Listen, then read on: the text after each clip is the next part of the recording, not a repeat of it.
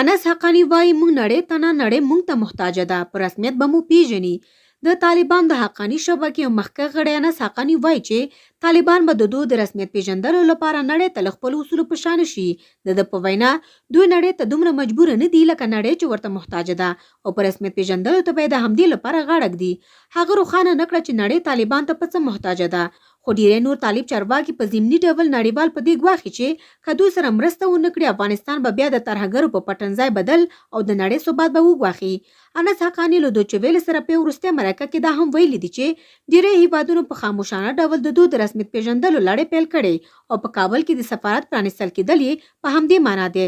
د طالبان د بهرنۍ چارو وزارت سیاسي مرستیال شیر محمد عباس ستانکزی بیا په دې باور دی چې د امریکا متحده ایالاتو سره د دوی ممکنه جوړجاړی به د ټول نړۍ له لوري د دوی د رسمیت پیژندلو لپاره سبب شي.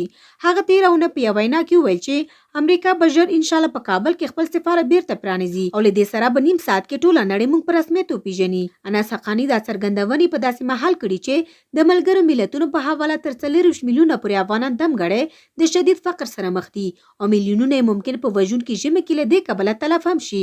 د طالبانو منتقدین په دې تور لګوي چې نړیوالې ټولنې او خپل سیاسي مخالفینو سره د ضد پوره کولو او خپل ایډیالوژیک حاکمیت د ټینګښت لپاره یې میلیونونه عام او بېوزله افغانان یرغمل کړي. طالبان بیا دا تورونه ردوي او وایي چې نړۍ ترې د رسمیت پیژندلو لپاره بېځایه غوښتنې لري او دوی به ورسره غاړه نشي. د ټول شموله حکومت جوړول، له نړیوالو ترهګرو ډلو سره د اړیکو پرې کول او د بشري او ښځینه حقونو تضمینول د نړۍ هغه عمده شرطونه دي چې نړیوالې ټولنې پر طالبانو د دوی د واکمنۍ د رسمیت پیژندلو لپاره ایښي دي. طالبان بیا دا شرطونه ردوي او ټینګار لري چې هم حکومت ټول شموله دی، هم ترهګرو ډلو سره اړیکې نه لري او هم بشري او ښځینه حقونه تر ټولې نړۍ ښه تامین کړي دي.